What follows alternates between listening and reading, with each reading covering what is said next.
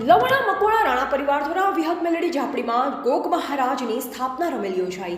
લાખણી તાલુકાના લવાણામાં આવેલા શ્રી વિહત મેલડી ઝાપડીમાં ગોગ મહારાજના મંદિરે નારાયણભાઈ ત્રિકમાભાઈ મકવાણા રાણા પરિવાર તેમજ પીએન રાણા આદિવાસી સમાજ સેવા ટ્રસ્ટ લાખણીના ઉપપ્રમુખ દ્વારા માતાજીની રમેલ કરવામાં આવી.